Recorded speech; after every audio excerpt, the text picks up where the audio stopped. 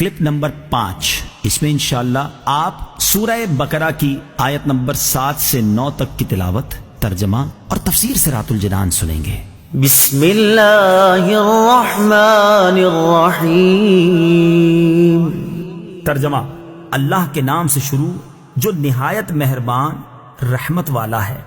ختم اللہ علی قلوبہم وعلی سمعہم وعلی ابصارہم غشاوہ ولہم عذاب عظیم۔ ترجمہ: اللہ نے ان کے دلوں پر اور ان کے کانوں پر مہر لگا دی ہے، اور ان کی آنکھوں پر پردہ پڑا ہوا ہے، اور ان کے لیے بہت بڑا عذاب ہے۔ ختم اللہ نے مہر لگا دی۔ تفسیر صراط الجنان میں ہے، ارشاد فرمایا کہ ان کافروں کا ایمان سے محروم رہنے کا سبب یہ ہے کہ اللہ تعالیٰ نے ان کے دلوں اور کانوں پر مہر لگا دی ہے، جس کی بنا پر یہ حق سمجھ سکتے ہیں، نہ حق سن سکتے ہیں، اور نہ ہی اس سے نفع اٹھا سکتے ہیں، اور ان کی آنکھوں پر پردہ پڑا ہوا ہے، جس کی وجہ سے یہ اللہ تعالیٰ کی آیات اور اس کی وحدانیت کے دلائل دیکھ نہیں سکتے، اور ان کے لیے آخرت میں بہت بڑا عذاب ہے۔ بعض کافر ایمان سے محروم کیوں رہے؟ یہاں یہ بات یاد رکھیں کہ جو کافر ایمان سے محروم رہے ان پر ہدایت کی راہیں شروع سے بند نہ تھیں، ورنہ تو وہ اس بات کا بہانہ بنا سکتے تھے، بلکہ اصل یہ ہے کہ ان کے کفر و عناد، سرکشی و بے دینی، حق کی مخالفت اور انبیاء کرام علیہ السلام سے عداوت کے انجام کے طور پر ان کے دلوں اور کانوں پر مہر لگی اور آنکھوں پر پردے پڑ گئے۔ یہ ایسے ہی ہے جیسے کوئی شخص طبیب کی مخالفت کرے اور زہر قاتل کھا لے اور اس کے لیے دوا فائدہ مند نہ رہے، اور طبیب کہہ دے کہ اب یہ تندرست نہیں ہو سکتا، تو حقیقت میں اس حال تک پہنچانے میں اس آدمی کی اپنی کرتوتوں کا ہاتھ ہے، نہ کہ طبیب کے کہنے کا، لہٰذا وہ خود ہی ملامت کا مستحق ہے، طبیب پر اعتراض نہیں کر سکتا۔ وَمِنَ النَّاسِ مَن يَقُولُ آمَنَّا بِاللَّهِ وَبِالْيَوْمِ الْآخِرِ وَمَا هُمْ بِمُؤْمِنِينَ۔ ترجمہ: اور کچھ لوگ کہتے ہیں کہ ہم اللہ پر اور آخرت کے دن پر ایمان لے آئے ہیں، حالانکہ وہ ایمان والے نہیں ہیں۔ وَمِنَ النَّاسِ مَن يَقُولُ، اور کچھ لوگ کہتے ہیں۔ تفسیر صراط الجنان میں ہے، اس سے پہلی آیات میں مخلص ایمان والوں کا ذکر کیا گیا جن کا ظاہر و باطن درست اور سلامت تھا، پھر ان کافروں کا ذکر کیا گیا جو سرکشی اور عناد پر قائم تھے، اور اب یہاں سے لے کر آیت نمبر 20 تک منافقوں کا حال بیان کیا جا رہا ہے، جو کہ اندرون خانہ کافر تھے اور اپنے آپ کو مسلمان ظاہر کرتے تھے۔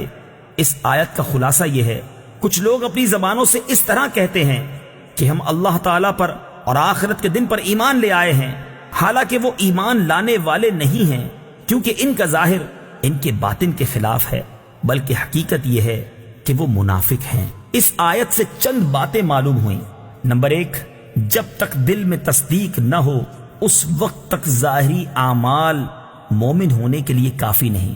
نمبر 2، جو لوگ ایمان کا دعویٰ کرتے ہیں اور کفر کا اعتقاد رکھتے ہیں سب منافقین ہیں۔ نمبر 3، یہ اسلام اور مسلمانوں کے لیے کھلے کافروں سے زیادہ نقصان دہ ہیں۔ وَمِنَ النَّاسِ، اور کچھ لوگ، تفسیر صراط الجنان میں ہے، منافقوں کو کچھ لوگ کہنے میں اس بات کی طرف اشارہ ہے کہ یہ گروہ بہتر صفات اور انسانی کمالات سے ایسا عاری ہے کہ اس کا ذکر کسی وصف و خوبی کے ساتھ نہیں کیا جاتا، بلکہ یوں کہا جاتا ہے کہ کچھ لوگ ہیں۔ اسی لیے انبیاء کرام علیہ السلام کو محض انسان یا صرف بشر کے لفظ سے ذکر کرنے میں ان کے فضائل و کمالات کے انکار کا پہلو نکلتا ہے، لہٰذا اس سے اجتناب لازم ہے۔ اگر آپ قرآن پاک مطالعہ کریں تو معلوم ہوگا کہ انبیاء کرام علیہ السلام کو صرف بشر کے لفظ سے ذکر کرنا کفار کا طریقہ ہے، جبکہ مسلمان انبیاء کرام علیہ السلام کا تذکرہ عظمت و شان سے کرتے ہیں۔